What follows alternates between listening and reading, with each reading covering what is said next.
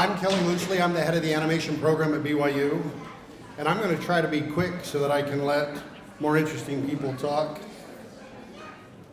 There we go. All right. When I was 4, I saw Bambi. That was the beginning of animation for me. Back in the 70s, they only released Disney animated films every 7 years, right? So I was the exact right age, and every aunt and uncle took me to see Bambi. So I kept seeing Bambi's mom die over and over and over again. And instead of being horrified, I fell in love with animation. In college, I made a clay animated film that won a Student Emmy. That's what I looked like back with hair and glasses. My first job out of BYU was I worked on the film Prince of Egypt. This was the early days of DreamWorks. Then I ended up on a little-known film that actually never got made, but you probably recognize some of this. I was on the original version of Shrek. They were making Shrek with Chris Farley, and then when Chris Farley died, we all got fired. But that's okay. That's all right. I am from Utah, and my family's all from Idaho, so I ended up on Spirit, where I became the resident hick on the movie because I actually had saddled and ridden horses. After Spirit, during this period of time, as many Mormons know, we have quite large families, and we had a number of family members die. In fact, I was just telling my former students, I've been married 22 years, and I've had 22 family members die in that amount of time. Yes, feel bad for me. It's okay. Mormons get it. We have a certain perspective. It's all right.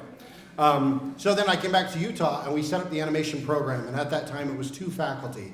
It was me and Brent Adams, and they didn't want to fund the program, so we just had to use whatever we could. So we stole a computer lab from the engineering building, which is where you guys studied, and then we just made students take whatever classes weren't being taken. So some of them took puppetry and different fine arts courses that weren't being utilized, and we slowly built up the program. We've made a number of films since that time and had a lot of success, and I'll just really quickly show you a few other students because I really want to get on to Emron and Tyler talking.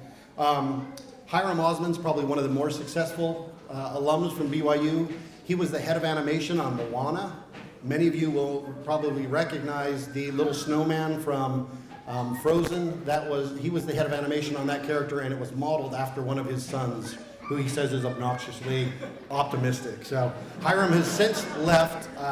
Hiram just recently left Disney Feature Animation. He is living in Montreal, and he's directing his first feature film. Liz worked at Disney Imagineering, working on all the rides and amusement park things for the Disney parks, including the parks in China. I don't know how many of you know Anthony Holden, but Anthony Holden's one of my former students. He does these really great comics about Mormon family life. Look him up, he's hilarious. He also is a storyboard artist for DreamWorks and Sony. This is Jacob Wyatt. He has directed a bunch of TV commercials. He is currently producing a comic book that a French publisher is publishing, and he's finishing up an Invader Zim TV show for Nickelodeon right now. This is Stacy. She works at Pixar with Emron, which this doesn't make sense because I'm showing a picture of her at Pixar, but previous to going to Pixar, she's responsible for doing all the textures for about 75% of the dragons in How to Train Your Dragon 2 when she worked at DreamWorks. This is Alan Ostergar. Alan is a character animator for Disney. I'm going to skip this part. Tyson Murphy. I don't know how many of you know of Del Murphy, the famous baseball player that was Mormon. This is his non-athletic son. Because he has several boys that have played in the NFL. This is the runty, talented, artistic one. Tyson Murphy was the head of character design for World of Warcraft game at Blizzard, and about a year ago, moved over to Riot Games in Santa Monica. This is Glenn Harmon. Glenn was a storyboard artist on Boss Baby, and I don't know how many of you watched the credits, but if you know, he did all the end credits, and he loaded them up with all sorts of BYU Easter eggs, and so that's the why right there. The hidden Y right there. The most successful BYU alum is this guy. His name is Dan Lemon. He's been nominated for Academy Award 3 times for visual effects. He has become sort of the guru of monkeys. So he was nominated for all the Planet of the Apes films and most recently won the Academy Award for visual effects for the Jungle Book movie where he was in charge of the large orangutan in the film. My students have gone on to win lots of awards and get great jobs. We most recently, this is E3. E3 is the largest gaming conference in the United States, and it's specifically just for gamers, and I'll brag about that here in 1 second. My students have gone on to work at pretty much all the major studios. Here's our rundown. Here's my bragging point. We have won 18 Student Emmy Awards. That's approximately 1/3 of the awards given since we started competing. We've won 5 Student Academy Awards. Our films have played all over the world in very large, prestigious festivals like Annecy. Annecy is probably the most prestigious animation festival. Cannes, Sundance. We've played globally. Let me brag real quickly about this E3 because I don't think people really kind of understand why this is a big deal. The University of Utah, for many of you know, they're our rivals, BYU's rival, right? University of Utah has one of the top 3 gaming programs, both an undergraduate and a graduate program. They make multiple games a year, and they've gotten into E3 gaming competition twice. We have 1 gaming class. We've made a total of 6 games, and we've gotten in 4 times. And we just won. We took the nation this year for our video game this year. And then we have lots and lots of former students who work in the industry and make a living as an artist, which for those of you who are in the arts know that's a pretty big deal to actually be able to support yourself. There are a couple of things that I should tell you because there's an interesting mix here. We will teach about 150 people a year, our prerequisite classes. About 100 to 120 will apply. We take 25. We have about a 90% placement in industry. And because it's 5 faculty and 25 students, we get to know our students really, really well. At the level where when they're getting married, we get their invitations. When they have children or adopt children, we know all about them. And I can tell you where Tyler and Emron serve their missions because we have spent way too many hours in the labs together. Anyway, I'm going to turn the time over to Emron.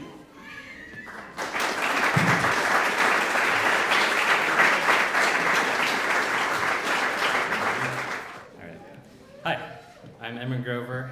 I graduated from BYU in the animation program in 2007, and I am a lead cloth artist at Pixar Animation Studios. I've been there 11 years, this next week I think, 11 years. So I'm just going to talk to you a little bit about my journey as an artist into BYU, into Pixar, and I'll tell you a little bit just about what I do. So as a cloth artist, I'm kind of right in the middle of artistic and technical. So my team, as a lead, I put together a team, we work on a film, we build all the clothing, the 3D clothing that the characters wear in the films. Like, for example, I just finished working on Coco. You may have seen that, where we built all the clothing that the skeletons wear and the humans and everything like that. So I come from a typical Mormon family, Utah. I tried to find the most Mormon-looking photo. 7 siblings, 1 brother, 6 sisters. And I was an artist growing up. So I was going through some of my art. I think I was 5 when I drew these dinosaurs. I loved dinosaurs as a kid. I loved art. I thought I was going to be an artist as a kid. At the same time, I also had early interactions with technology. So I don't know why my mom saved this, but it says first drawings on Macintosh in 1984, so I was 2 years old. I don't know how I did that at 2. I'm sure I just pushed a button or something. But I had access to technology, and it kind of defines in the end kind of where I ended up. So I was trying to, this is my Book of Mormon I got when I was 8, when I was baptized.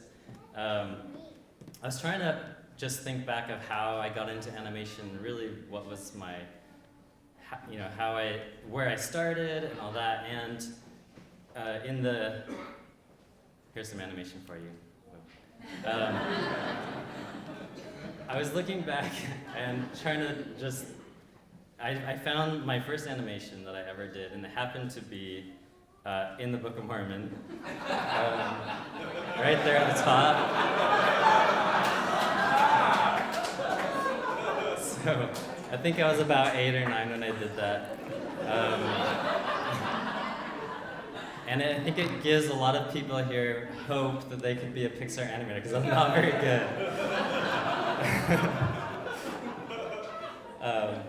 I thought that was interesting. So a few years later, Jurassic Park came out. I love dinosaurs, I love nature, and I knew it was like my favorite movie, and I didn't know exactly what or why, but I knew technology and computer graphics was involved. And it kind of planted a seed deep down on kind of where I was going to go. And then, So I kind of, in high school, then I went still kind of I was an artist, like illustration type. I wanted to be an artist.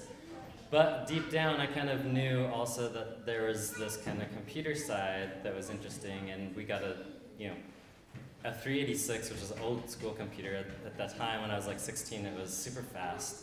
And it was the time of the internet was starting to happen. We didn't have internet in my house, and I would ride my bike to the library so that I could check the internet, and I taught myself how to program, like make web pages, HTML, on the side, and I eventually got internet into my house, and that was a kind of thing I did. But in high school, I was still an artist, taking all art classes. But my very last year, I took a computer programming class, and just with the idea that I had no idea what computer graphics were. I just assumed I needed to learn how to program. So I took that, which eventually led me into BYU, but actually at the same time I was also doing another form of art. I was actually a dancer, a ballroom dancer, and that is what took me into BYU. I got a scholarship to BYU for dance. These two words here is počítačová animace.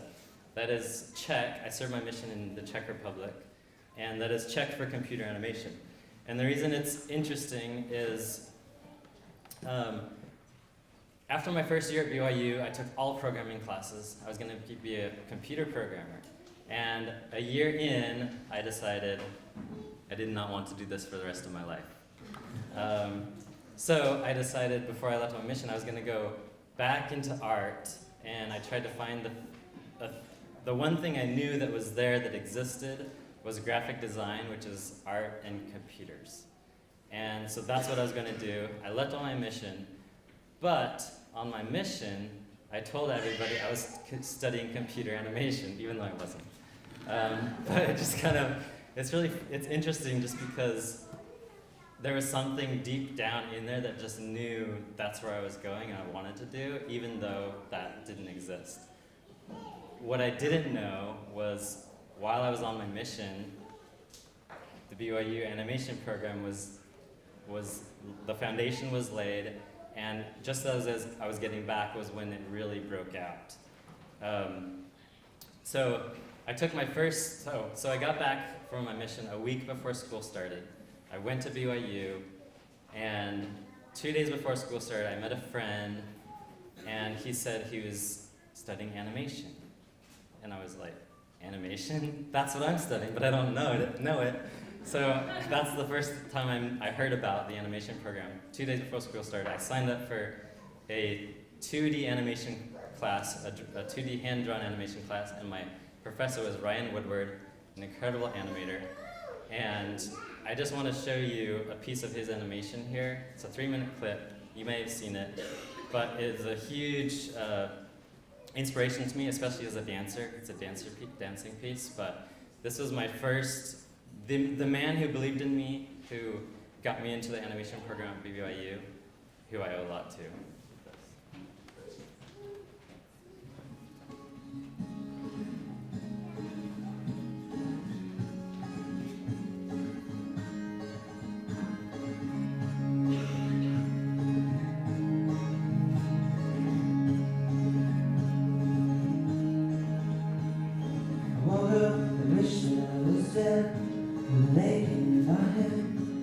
Motionless in bed, I thought of you.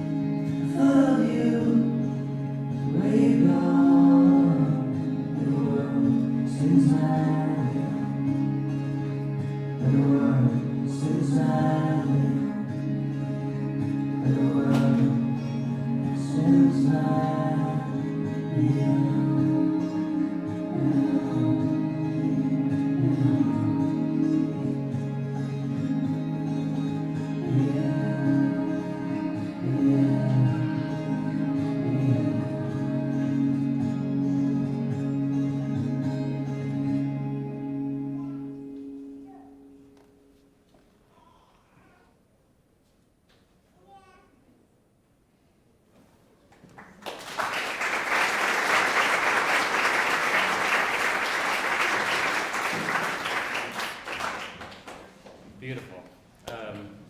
So I made it to BYU. I made it into the program, thanks to Ryan.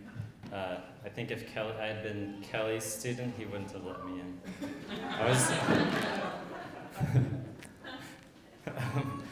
So I was going to be a character animator. That's what I did. That's what the class I took with Ryan. That's what he thought I was going to do. That's what I went to BYU to do. So I spent a year and a half doing character animation. I worked on these 3 films while I was there, student films, Las Piñatas, Lion and the Mouse, and Pajama Gladiator. So I was character animating on Las Piñatas for about 6 months. So I was already a year and a half into the program. And the same thing happened that happened the first year of school, and I said, I don't think I can do this for the rest of my life.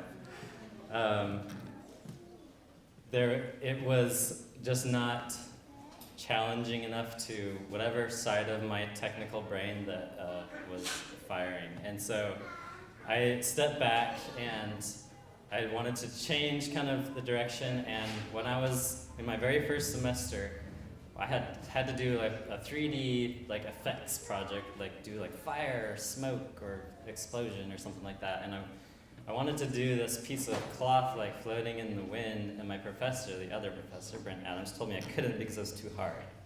So in the back of my head, that was kind of always stuck. And so at this time, the piñatas had these ropes that we were animating by hand, and it was painful. And the Pajama Gladiator film had potentially that we were in development with had a blanket, and so I kind of took it upon myself that I was going to do the thing that was too hard and try it out. And I did that in school. I then spent the last year and a half just doing almost all cloth simulation work. I also did some on the Lion and the Mouse. And eventually led me to Pixar. I got an internship right out of school for tailoring, and I've been there ever since doing the same thing. But I just wanted to run through just a few kind of some ideas that have just kind of carried me through my journey. And they are like, follow your passion. My passion has been art, animation, technology, and I've always followed that. But I've been open to change, and I changed my path a lot. Of course, you know, in the window of film, animation is not very big, but deviating between that path, I did a lot. And then the other thing is be realistic. So as you're learning and, you know, growing and figuring out what you're doing, I think I felt like I was realistic, and when I came to something I put a year and a half of hard work into it. I was realistic and I said, look at myself, and this is not what I want to do. I love it, but the day-to-day, and I think I was realistic with myself and kind of changed that journey. So at Pixar, I've been there 11 years. I've worked on, my first film was Up, and then I was the lead of all the clothing on Brave and Inside Out and Finding Dory and then Coco. And I kind of take that same idea and approach at Pixar: follow your passion, be realistic, and I just want to thank the BYU program for Kelly, all the support, and kind of helping us as students get where we are, and creating a place where it's kind of a choose your own adventure education. And the people who succeed there are the ones who dig in, figure it out on their own. They don't really teach us a lot. They kind of teach you how to teach yourself, and I think that's important in education. That's all I have, but thank you, and I'm going to pass it on to Ty.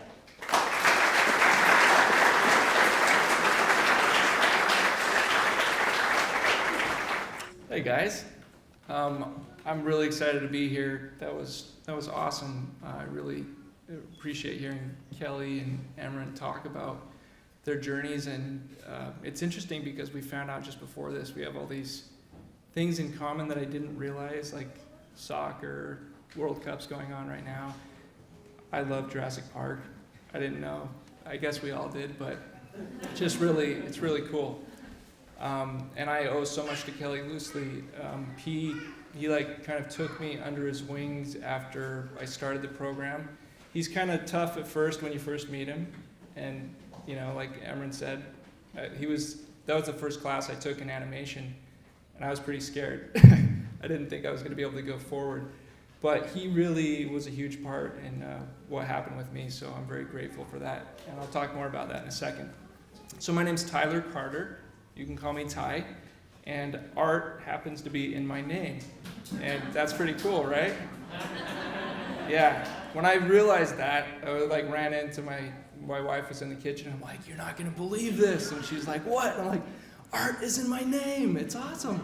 So I just discovered that a couple of years ago. I'm a visual development artist, and I work at Blue Sky Studios. We're just up in Greenwich, just up the road from here. And I do art. I do art and drawing for a living there, and then I do that on the side as an illustrator and a teacher. And at Blue Sky, we're working on some really fun projects right now, but in the past, I've worked on Ice Age 4, Epic, and the Peanuts movie. And then 2 or 3 films in between that got canceled. And I just finished working on Spies in Disguise that will be coming out in 2019. And then the one I'm currently on is called Nimona, and you might have read the graphic novel. That's currently for 2020, but that will probably get pushed back a little bit. And so I want to talk a little bit about what a viz dev artist is. So literally what I'm doing is I'm going in and designing things and coming up with the way things look. In 3D animation and the 2D animation pipeline, this is basically how things work. It all starts with the director, or it should start with the director who has a story idea. And sometimes that director doesn't have an idea, and we help them figure that out. But at the beginning, story artists come up with ideas for what that story is going to be. And we work with the story artists to come up with how those ideas are going to look. This is from Epic. Now, this was back in 2013. The director had come to me. I had started about a year before this, and he said, he really liked how I could paint and make something look realistic. And he said, "I just want you to make this guy look really scary, and I want to see like every scale on his skin." And I'm just like a little intimidated to paint something that looks photoreal. And it turned out that they used this in the film, and so this is painted over a 3D geometry render.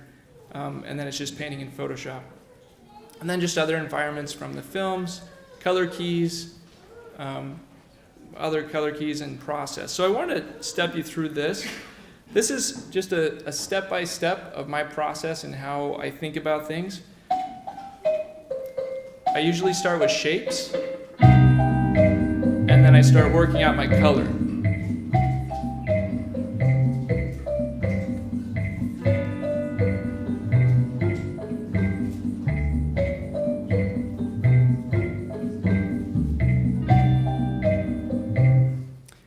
with this, I started playing around too, because in some of our films, we've been really focused on creating bokeh lighting. Sometimes people call it bokeh, but it's a Japanese word that does basically what you're seeing back there in the lights, right? It's a film technique.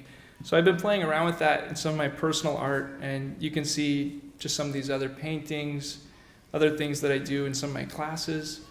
I really enjoy being able to do this for a living, and like Emron was saying, when I was in school, I was trying out a lot of different disciplines, and I just remember always asking myself, and Emron might have actually said this to me back then, to just pay close attention of what you'd want to do for the rest of your life. Is it something that you would keep doing and want to keep doing?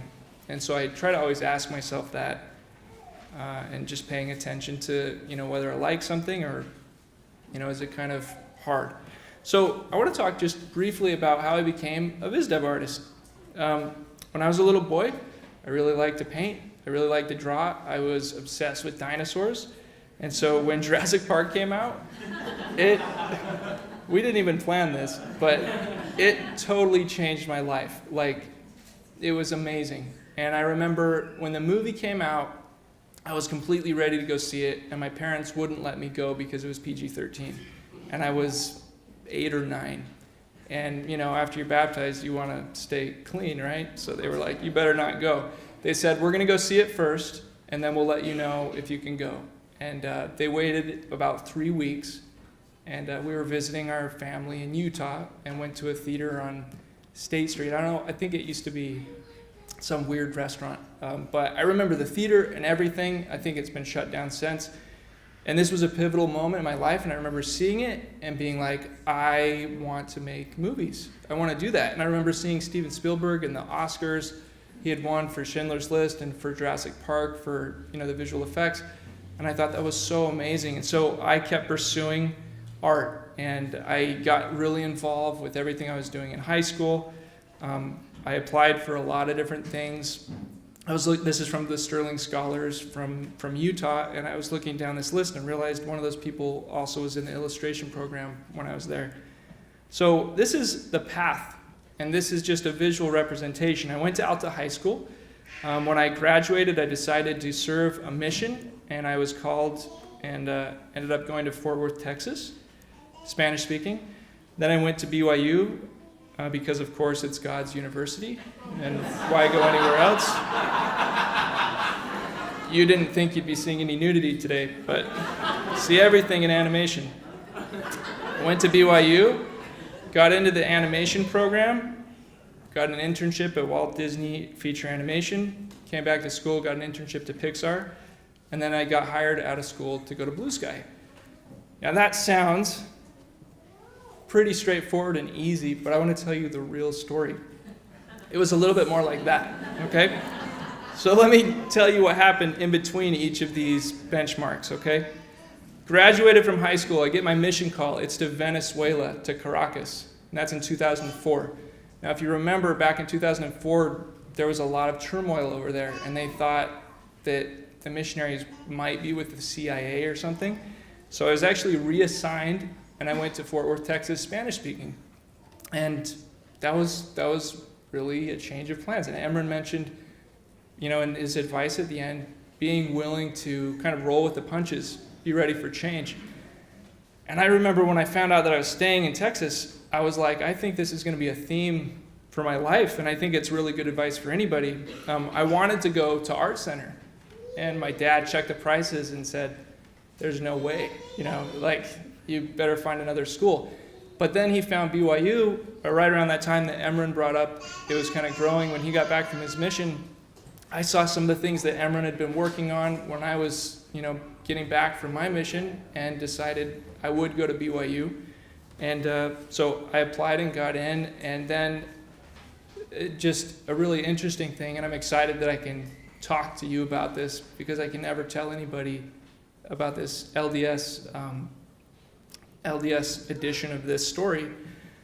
When I started at BYU, you have to apply to get into the animation program, right? So when I started, maybe the first week I was there, I got approached by some guys to do summer sales. And so this was like in January. The animation applications, I believe, were due back then around March 15th, if I remember right, or April 1st. And I remember these guys were telling me, you can come sell with us and you can make a lot of money. And so I started recruiting my friends, and I was like, that seems like a good idea. I had talked to the animation faculty. It kind of seemed like it'd be very hard to get in. I wasn't that good at drawing. I thought it was good in high school, but then when I saw what these guys were doing, I was like, I can't do that. And interestingly enough, after a couple months of like getting ready to do that summer sales before the animation application was due, I was reading my patriarchal blessing one night and had like a very strong feeling like, what are you doing? Like, you're supposed to be getting ready to apply to that program. That's why you came here. And so I canceled everything, every plan to go sell, and I spent the next 2 months just only doing animation. I snuck into Kelly's intro to animation class, which is the first time I met Kelly, and it was amazing. It was really hard, and to be honest, I really didn't think I was going to get in. The day it was all due, I was running my portfolio up the stairs because I had walked into class. I don't know if you know about this. I walked into class, and one of my classmates said, "Did you get your portfolio turned in for submission?" And I thought it was due 2 days later. So I had 45 minutes to run home on BYU campus, get my portfolio and bring it back and submit it. And I did it. They were closing the door as I ran up. I got it in, and I got accepted.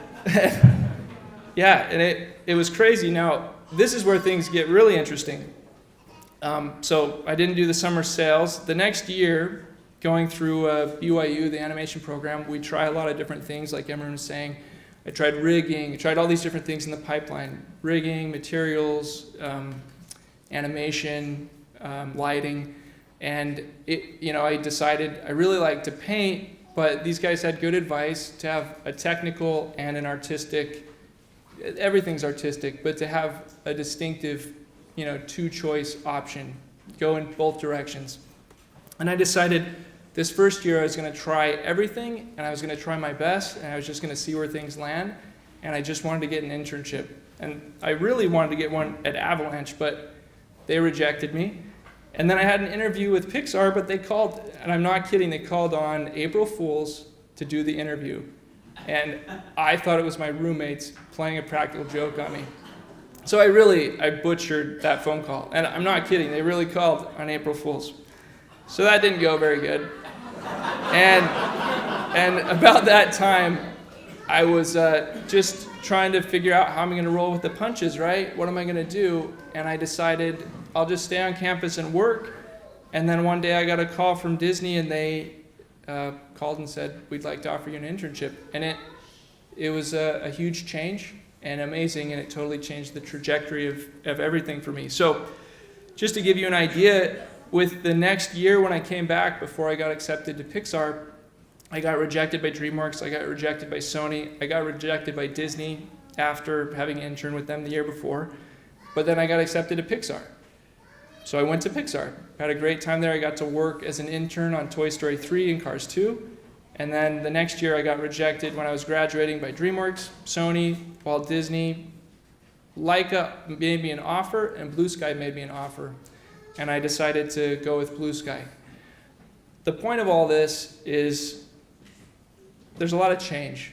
No path is ever straight. There's a lot of roadblocks, there's diversions, there's adversity, there's failure, there's wrong turns, and there's more failure. But there are many different paths to the same place. So if I could leave something with you, if you have the ambition, if you have the drive to do something, like Emron and Kelly said, to chase after it, be realistic, and just go for it. And you will be able to get what you want. And I know with prayer and with talking and speaking with God each day and asking and telling God, I'd really like to do this, whether or not you're going to God's university or not. If you tell God that, I truly believe that He will help you and help you get there. And thanks for your time.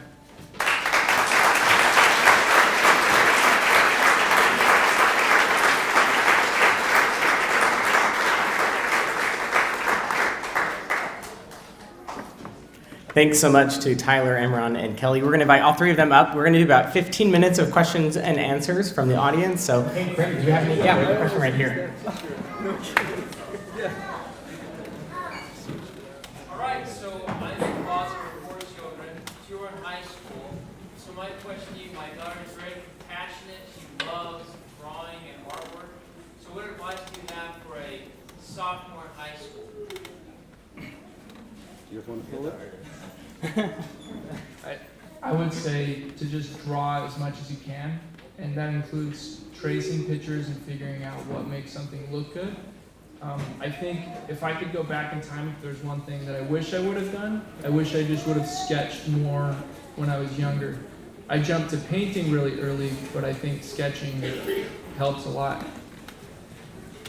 I would say draw from life. Have them carry a sketchbook and just draw observationally all the time. And not draw Disney characters and anime and all those other things, although they'll draw that stuff. Try to really do observational drawing. I remember on my mission there was an elder who could draw Fred Flintstone. I was like, oh, that's cool. What else can you draw? He's like, oh, that's it. And I said, what other Fred Flintstone drawings can you do? And he goes, no, I just remembered that. He just was a photocopier artist for that one thing. We're not looking for that sort of skill. So just variety. Drawing the human body is a huge part. Turns out movies tend to be about humans, and so being able to draw them is a big deal. Great advice. Okay, question right here. Yeah. Hi, my question is for you and Phil. Emron. Emron, this one's for you. What is your process like with clothing design? Can you expand on that? Like what you do for that? Sure. So the question was, what is the process for clothing design? So I am not the actual clothing designer, so I'm not designing the clothing. We have the artists like Ty, the character designers, who will design the character on paper, design the clothing that they'll wear. My job is to take the design and translate it into 3D world. So my job is more as like I shouldn't say traditional because it's not traditional, but an actual tailor where you're making a pattern but in the computer and virtually sewing it together, like all the different pattern pieces. So we take a lot of sewing classes actually, but it's like I said in the talk, like it's very much a technical and an artistic thing because to hit the design that the artist is looking for and the artists, the 2D artists, Ty would agree, you can't always draw perfectly in 3D because it's all flat, and so it's our job to kind of interpret what that is in a 3D world. And then the second part of that is all the technical work, a lot of coding and just math type physics involved with the math of how like cloth folds and stretches and shears, because it's all on the computer. There's that involved as well. Great, thank you so much. Who knew before today that was an actual job, that you could be a clothing artist? Raise some hands. Yeah, exactly, there are very few, so we're all learning together. This is wonderful. We have time for a few more questions. Yeah, they're in the back. What? Oh. So I told you we take about 25 students a year, approximately half, which is hard to divide. So it's usually either skews one more male or one more female, and it just depends. And I don't know, in my presentation you saw Stacy. I showed Stacy, who's now at Pixar. She met and married her husband during her senior year, and she had all these offers because she was really talented. And so she was going to stay at BYU, and we male faculty convinced her that was silly. So her husband quit going to BYU. They moved to Palo Alto, and so she could work at DreamWorks, and it just so happened he was pre-dental. A man in their state presidency ran a dental program at a university there. And our feminism actually worked out really well for them as a couple. So it was awesome. I make this joke a lot because I'm sort of an old school man. I have two emotions, which is like ticked off and like mellow. But turns out movies have more emotions, and girls are aware of those, and so we need more women in the industry. Great, thank you. Yeah, right here. So, animation is fairly young, and you've been there as the technology is just shot forth. What are some of the challenges you hit early on that now computers or technology you can just do in a moment? Yeah, so the question, if you didn't hear, animation is young. There's been a big, technology has taken off in the last 10 years, and what are some of the challenges back then that aren't challenges now? Is that kind Or they're more easy to solve now? of easier to solve Yeah. challenges than they were? Yeah, computer processing in general, I think, has come a long way. And for example, like the clothing simulation, once I've built a pair of clothing, I have to send it through the physics simulator that does all the math and all that I tell it what to do. That has come a long way. We use the same simulator that we used on the first piece of clothing simulation that was done was Boo. If you've seen Monsters Incorporated, Boo had a T-shirt, the little girl, and that was our first simulator or piece of clothing that was simulated. And our simulator is called FizzT, and we still use FizzT to this day. But the technology has been evolved over and over, and the time that it took to simulate that shirt back then was it was 30 seconds for each frame, and it was very simple. And now, on Coco, the most complicated dress, the really fancy dresses, were that are thousands of times more complicated, are clocking in 15 seconds a frame, half that speed. I took computer animation as a student, so I graduated in '96, and I spent the night in the building so the janitors wouldn't turn the computer off while it rendered.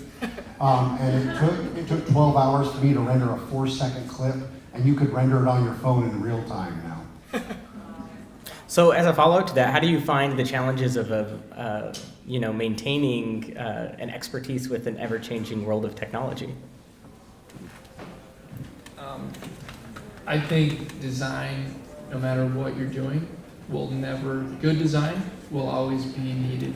And someone who can create and interpret good design, coming up with how, you never think that cloth would be such an art, but it really is. If you see cloth that falls weird, it jumps out to you, right away. You can see it right away. Something's wrong with it.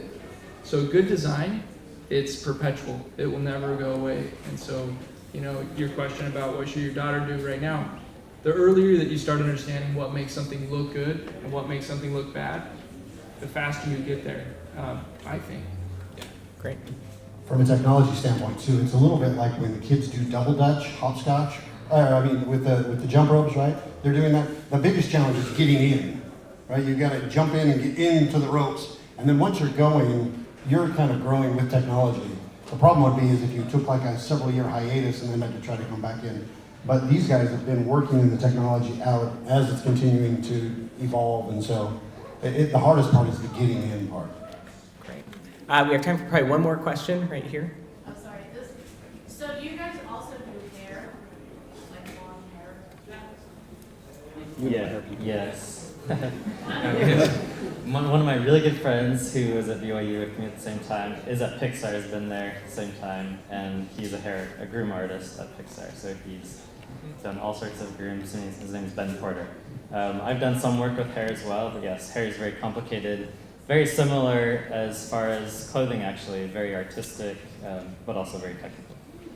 We were talking to the person who did hair for Rapunzel, Tangled, right? Which seems to be sort of hair-centric. And a lot of people think that it's one solution. I think they told me they had 25 different hair solutions depending on what they were going to do with the hair in that shot. So it's not a real straightforward approach. It's pretty challenging in the simulation world. Oh yeah. I just want to add on to that. When I was interning at Disney, one of the apprentices who was staying there for a longer time, I forget where he was from. He was somewhere from the Middle East. I just forget which country it was. His name was Emron. He spent the entire time, he had been working on it for 6 months before I got there, and the entire time I was in the internship, he was working on one tangled hair shot, trying to get one of those to function. Pretty interesting, and it was amazing. It looked really cool, but it takes a lot of time to develop it to look natural, like Emron was saying. Great. Well, let's give a huge thanks to Tyler and Emron.